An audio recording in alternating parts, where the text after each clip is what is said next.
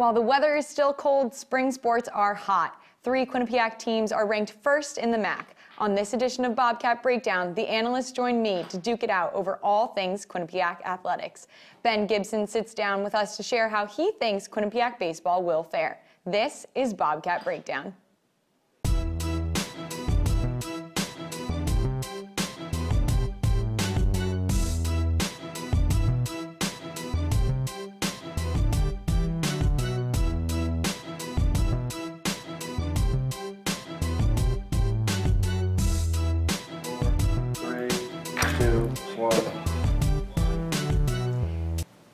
It's Tuesday and it's 9:30 p.m. so you know what that means. It's time for Bobcat Breakdown. I'm your host, Brenna Oracoli, and I'm joined by first-time analysts Robin Brown and Katie O'Keefe. Ladies, how are you doing tonight?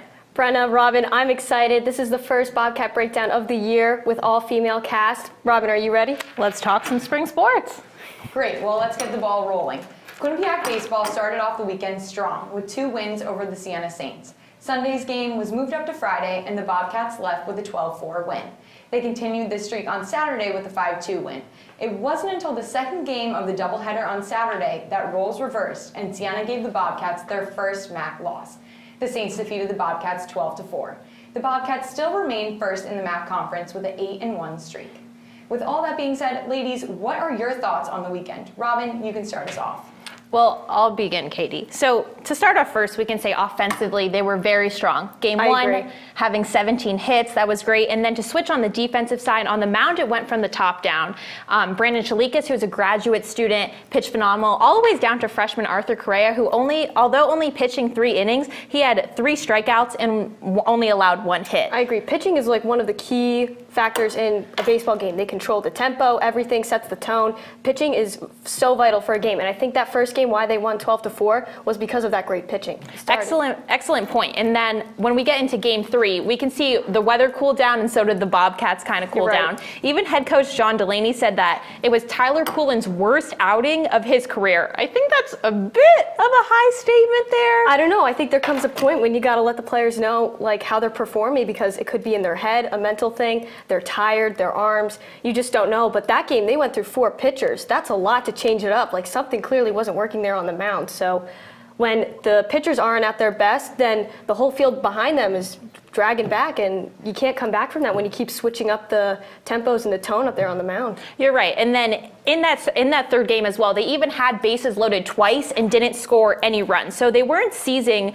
the opportunities that they had there, and so I think that's why they weren't able to put up the same amount of sufficient runs that they were in game 1 and game 2. I agree. And now QU was home for this weekend series.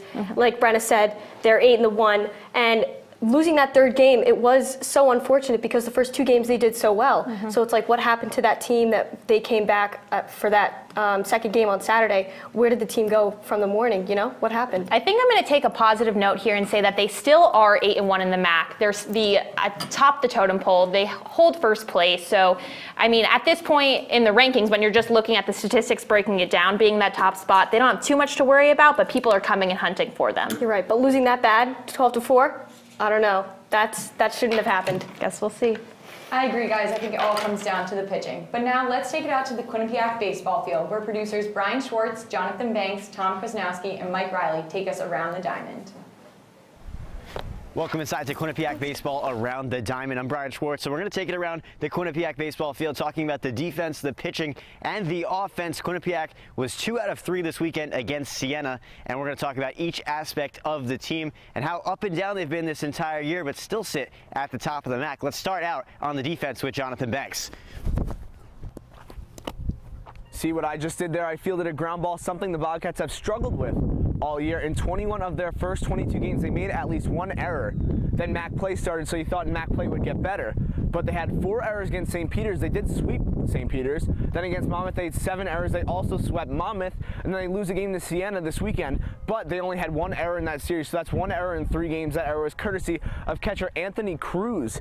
But the errors have gotten better for the Bobcats, so something else that has gotten better is the pitching. So let's go to our ace, Tom Krasnowski, to break that down for us. Thanks, Banks. One of the things the Bobcats pitchers do really well that I personally do not is throw breaking balls. I'm going to throw straight heat to Mike Riley, but the Bobcats do a great job of getting ahead with the off-speed pitches before finishing up with the high heat. They did it this past weekend. Let's see if I can do it right now to Mike Riley.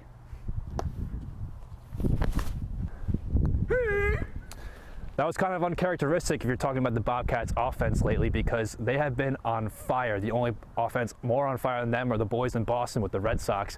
In 9 games in April, they have scored 55 runs, a little bit more than 6 runs per game.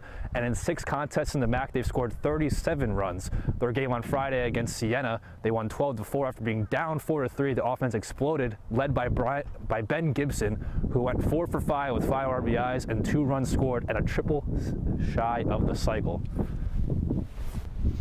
Nice bat flip, Mike Riley. That's all for us on this week's Around the Diamond on Bobcat Breakdown. The Bobcats play Canisius in a 3-game series this upcoming weekend. I'm Brian Schwartz. For Jonathan Beggs, Tom Krasnowski, Mike Riley. We'll send it back to you, Brenna, at the desk. Nice catch, Brian. Now to both of you on the desk, which baseball player do you think is the most productive? Brian Moskey or Ben Gibson? Katie, I'll hand it off to you. All right, I will acknowledge and say Ben Gibson and Brian Moskey, great competitors, definitely very similar athletes. Game highs this season, both of them have had 4 hits in 1 game. Both of them have had 6 RBIs in 1 game, and that's great, but Gibson looks to rank a little higher to me. Gibson? Gibson. Katie, Ben Listen, Gibson. Yeah, listen to what I have to say. Okay. Gibson has 8 home runs this season. Yes, and compared to Moskey's 2.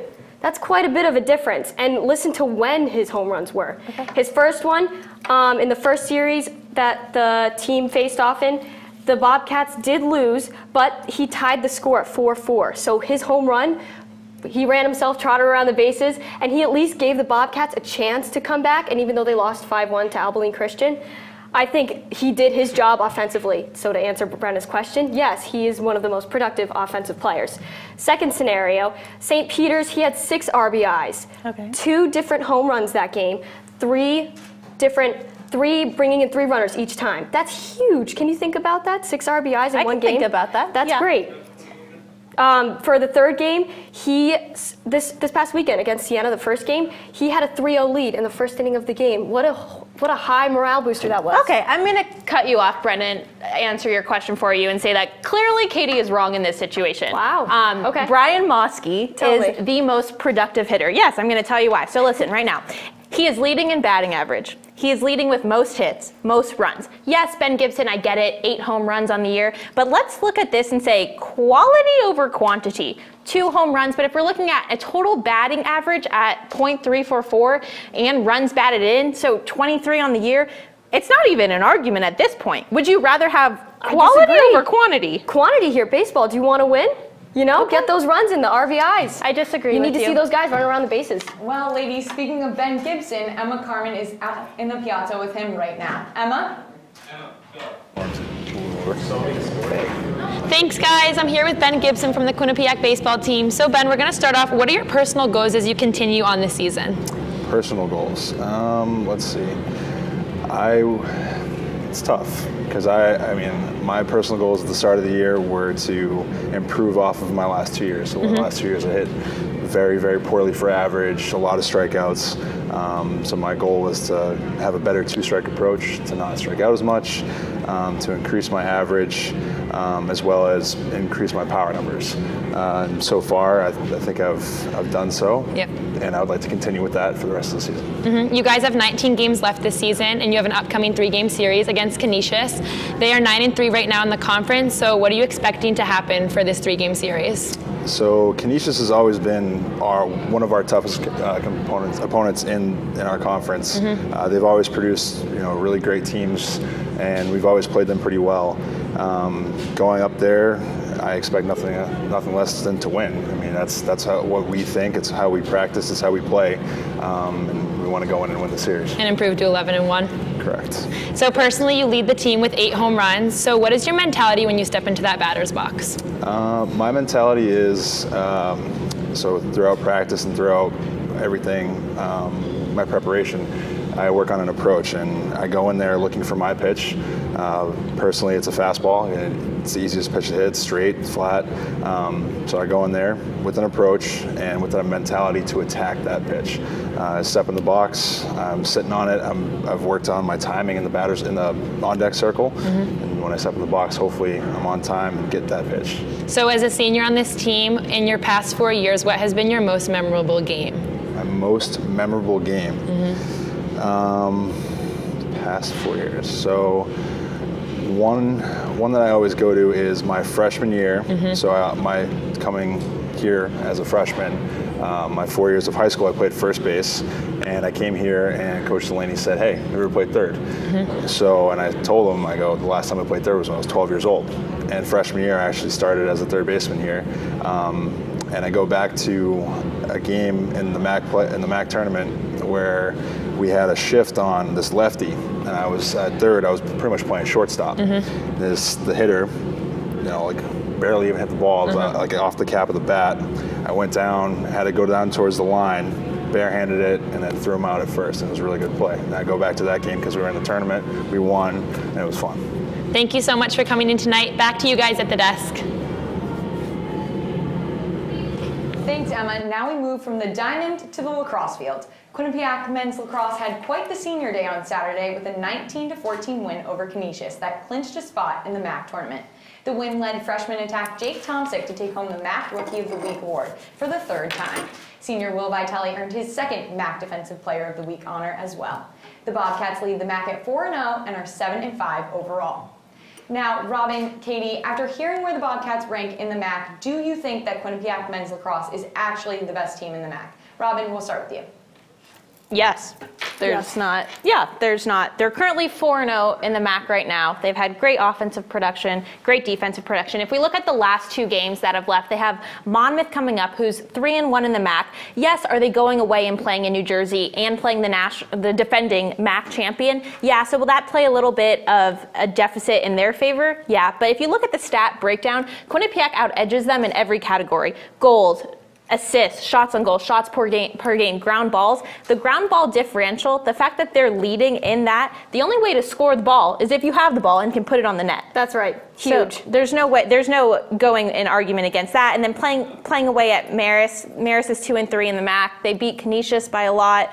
I think that there's no denying that they're the best team in the MAC right now. I do agree with you. I'm going to have to go a little borderline though with the yes, because Detroit Mercy's in their conference, and yes, they did beat them, but I would argue that Detroit Mercy has harder out of conference games. They play teams like Notre Dame and Ohio State, so rougher schedule, tougher teams, maybe a little harder on the players themselves. So it's a little arguable, but I will say yes. Okay. And we'll see if the Bobcats can remain as the only undefeated team in the conference after they play Monmouth on Friday and Marist on Saturday. We're going to take a short break, but when we come back, Robin and Katie share their panic meter levels for Quinnipiac softball. Are the Bobcats losing their grip? Don't touch that stream. We'll be right back. Hello, and tonight on Sandwich News, we will determine what makes a good sandwich and a bad sandwich. First, the standard sandwich. Uninspired, and frankly, a little gross. But we have here a Ray and Mike sandwich, the Cadillac of sandwiches. And if you want one, well, come on down to Ray and Mike's at 3030 Whitney Ave, Hamden, Connecticut. Open every day from 6 a.m. to 10 p.m. QCash is accepted. now that's a sandwich. This is Sports Pause. Are you concerned with the 0-2 start for this team? Right here, top of the circle, again, rips it past the Jasper's goalie. What will breaking the record mean for the program himself? I mean, 138 wins. There's the tough shot. What a nice play by Mikey Dixon. He's good in transition. Just a really dynamic scorer he can create for himself. And now, Emma, it's time for the top 5 plays of the week. Coming up on #that, we talk about some fun events around Quinnipiac's campus. And we talk about some weird news that's been discussed around Twitter. All that and more, we are your source for Quinnipiac's entertainment news.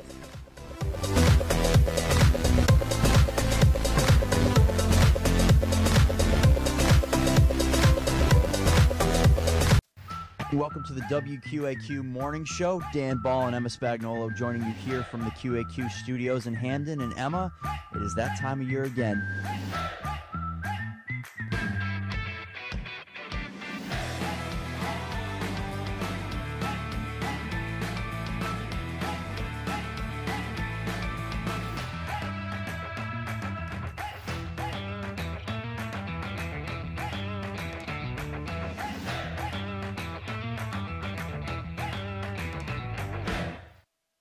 Welcome back to Bobcat Breakdown. We are moving right along to softball.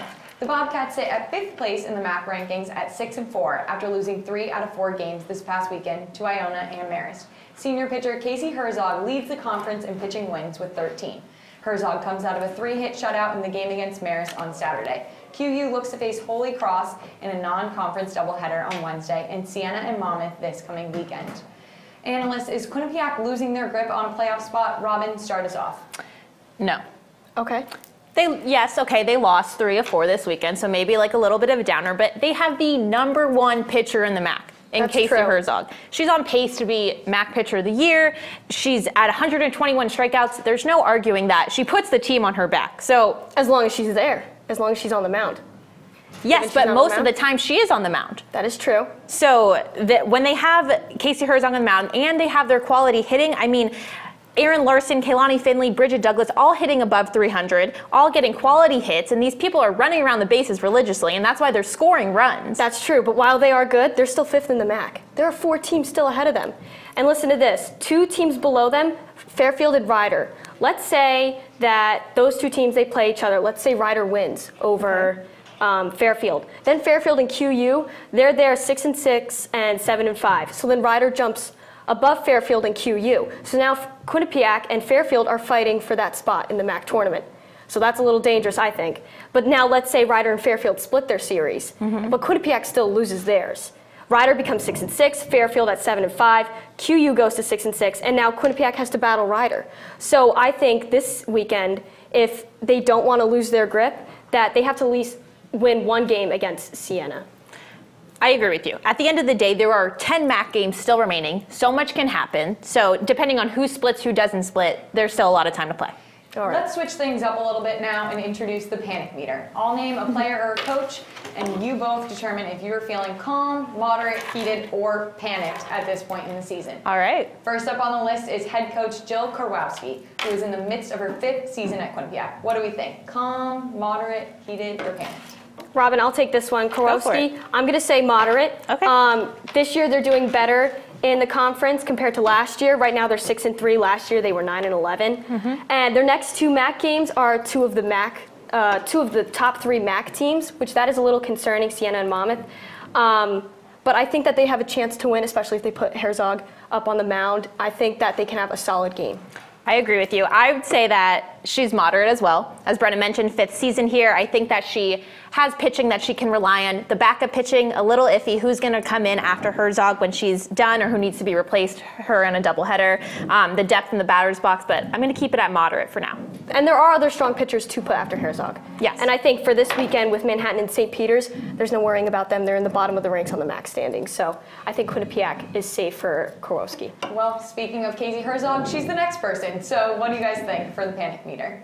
Okay, I'll start. Calm. Calm. There is no... There's honestly nothing to What dispute. is there bad to There's say about nothing Casey to Herzog? dispute here. As a That's freshman, right. 60 strikeouts, and now she has 400 plus, 121 this season. There's nothing to be worried about. She hits 2. Honestly, other teams should be panicked at this point. That's true. Herzog. And this year her earned run average is 1.5. That's incredible. Brilliant. Phenomenal. That's exactly what you should be very comfortable there. Yeah. Calm. No reason to panic. Easy answer, Brenna. Calm. All right. And lastly, junior infielder Rebecca Drake. I'm going to go panic. Full-blown panic. Okay. Last year doesn't even compare to what's going on this year. Last year her batting average was 0.4 and this year it's 0.244. That's half decrease. What happened? Then her RBI last year, her career high, all of her career was 28. And this year it's 14. And the season's almost over. What happened? Where are those RBIs? Why? She's getting frustrated at the plate. I don't know what it is, but I would be panicking if I were her. I'm not at a panic mode. I'm at heated. heated where you can bring the fire extinguisher almost at panic, but not heated yet. I think that her at-bats, she's has 90 this year and has only had 22 hits compared to someone like Rachel Marchuk, who's played in less games, has had less at-bats, and has 20 plus more hits. You want to hear this though? Yes, please. She's had 3 hits in the last 7 games. Are we talking about Drake? Rebecca Drake. She is panicking. Okay. Well, she is leading in strikeouts, so I can see your point there, and in the field, leading in errors. So maybe we should bring this fire extinguisher because we have now heated beyond at this point, and we're all in panic mode. So hopefully Rebecca Drake can pick it up for her Quinnipiac Bobcats. I agree. Well, that was a lot of fun, but we're moving right along to women's lacrosse. The Bobcats sit second to last in MAC play after a 12-7 loss against Canisius. But that loss didn't stop senior Kira Kelly from breaking records. Kelly already holds the Quinnipiac record for the most caused turnovers in a career, 48 in case you were wondering. But on Saturday, she picked up her 209th ground ball to pass the previous 208 record set by Colleen Dooley. Knowing that Kira Kelly does so much for this team, what will they specifically miss in her next year? Robin, I'll take this one. And I think we can both agree Kira Kelly is one of the best players in the conference. She was All-MAC first team in 2016 and 2017. Literally the best player last year in the conference. She was the only MAC player to make the ECAC first team. Wow. How incredible is that? That's something definitely to be very proud of. And the lacrosse team is definitely going to miss her leadership style. All those records Brenna was talking about, you see up there on the stats. She's got 62 ground balls.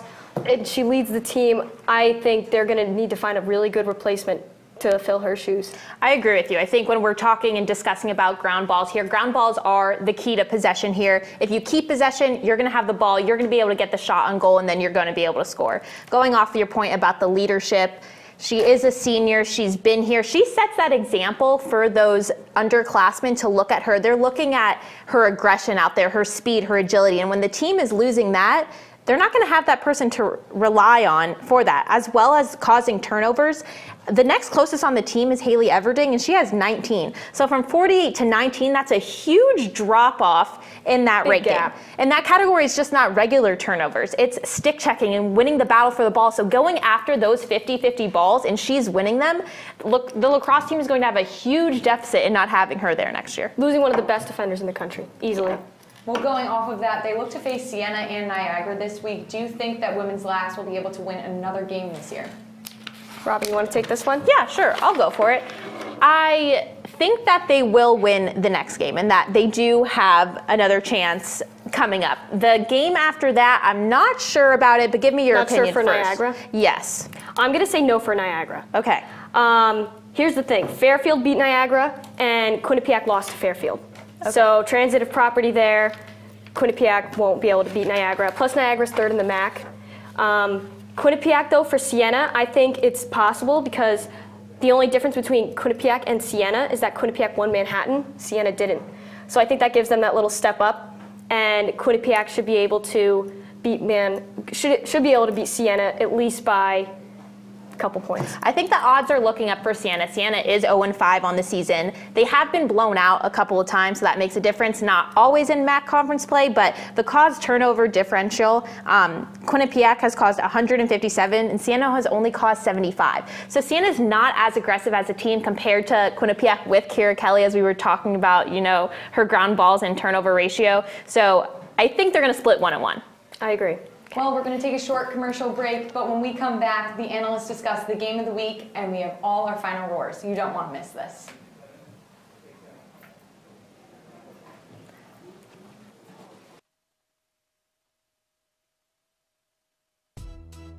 Bobcat Breakdown presented by the Quinnipiac Bobcats Sports Network. We are your source for debate. Did they make the playoffs last year, Tom Jenkins? When it clicks, it clicks. We dissect Quinnipiac athletics on a scale you've never seen before. With Tobia, it almost looks like she's reaching a little bit. Plus, we bring in the biggest names surrounding college sports. We are live here at the Times Union Center with Jay Billis. And of course, some comedy. But you can only have so much arena food. I think you're crazy. Bobcat Breakdown. Tuesdays at 9:30. Coming up on #that, we talk about some fun events around Quinnipiac's campus. And we talk about some weird news that's been discussed around Twitter. All that and more, we are your source for Quinnipiac's entertainment news.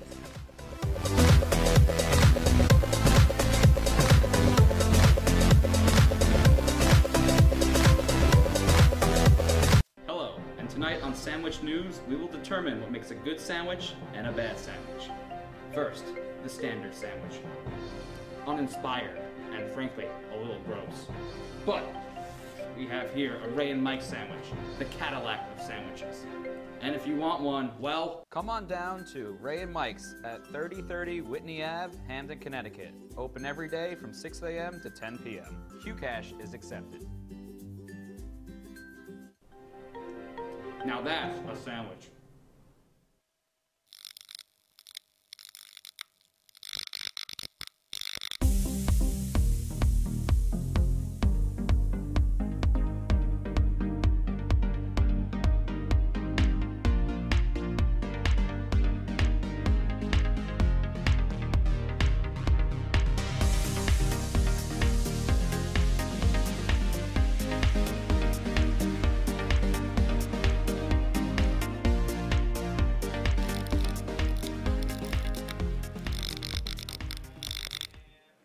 Welcome back. Thanks for sticking with us. We're going to throw to the series of the week. For this one, it's gotta be Quinnipiac baseball versus Canisius on Saturday and Sunday in Buffalo. Ladies, what are your thoughts on this matchup? Real quick, Robin, I'm going to say they're going to win, but I'm going to say that it's going to be the two first games they'll win, the third game they're going to lose, and I say that because it's been a pattern lately with Gardner-Webb, Old Dominion, and Siena. The third game seems to be a turnover. Katie, I'm going to agree with you. I think it's going to be a tight series. Canisius is in third place right now at 9-3. They are going to face a crafty lefty, but I think that if they're able to hit him, then once they get through him, there's no really strong pitchers that then Quinnipiac's going to have to face. Agreed. And to change it up a little bit, let's talk women's golf. The two-time MAC champions are flying to Disney's Magnolia Course in Florida this weekend to take on the MAC championship. 4 Quinnipiac players sit on the leaderboard for individual top 10 leaders in the MAC, with Alexandra Sazen at number 1. John O'Connor's squad looks to defeat close competitors Siena and Albany. To end our debates, do you think women's golf will three-peat as MAC champions? Katie, you can start. Yep, no doubt about it. Quinnipiac was the MAC preseason favorite, and they ranked pretty high in all the tournaments they play. The simple answer is yes as well. This team is going to three-peat. They have the talent. They have the player of the year, the rookie of the year. There's no disputing any of this. And now, as the show comes to an end, we give you our own personal final thoughts. Katie, start it off.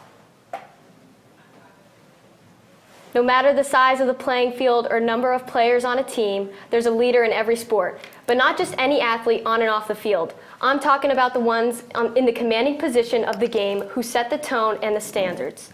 In football, it's the quarterback. In basketball, it's the point guard. And in softball, it's the pitcher. Casey Herzog of the QU softball team is the leader of not only the girls behind her, but the leader of all spring sports on campus. Now a senior, she has grown rapidly since her freshman year. And yes, she has those first-team all-academic selections from the MAC, but she's making history in the pitching circle here in Hamden. For a program 18 years in the making, she recently became the second player to have 40 career wins and 400 career strikeouts. If Herzog isn't the perfect example of a leader fulfilling her commanding position on the field, I don't know who is. Women in sports are breaking barriers. Yesterday, braving brutally cold and rainy weather conditions, Desiree Linden was the first American woman to win the Boston Marathon in 33 years. Her resilience is parallel to both female coaches and players here at Quinnipiac. Trisha Fabry became the all-time winningest coach in Quinnipiac women's basketball history, while Becky Carlson led the women's rugby team to its 3rd straight national championship. Jessica Lee of the track and field team broke 2 school records in the 100-meter hurdle and dash this weekend. Even at Bobcat Breakdown, you just saw your first full female cast on air tonight. The common theme amongst us all, resiliency and work ethic. Quinnipiac has 21 varsity programs, but yet some of the fields are still not up to par. As we've heard tonight, Quinnipiac baseball currently holds first place in the MAC. The team plays on a field equivalent or less than the quality of a Little League field. If we look at the competition, Iona baseball is ranked second to last in the MAC at 3-8, and even they have a better field than Quinnipiac. I know beat reporter Robin Brown would love that stadium seating. How can you expect high school athletes coming from competitive programs and gorgeous fields to want to commit to Quinnipiac with this type of facility? Hopefully, with the addition of President-elect Judy Olean comes more funding for not only baseball, but all outdated Quinnipiac athletic facilities. That's all the time we have for tonight. Robin and Katie, thank you for joining me for your first time as analysts. Keep up with all things Quinnipiac sports by following us on Twitter at Q30 Sports and at QVSN. And check out our website at Q30TV.com and theqbsn.com for all the latest coverage. On behalf of everyone behind the scenes, the producing staff, Robin Brown, Katie O'Keefe, and Emma Carmen, I'm Brenna Oracoli. Thanks for watching. Good night.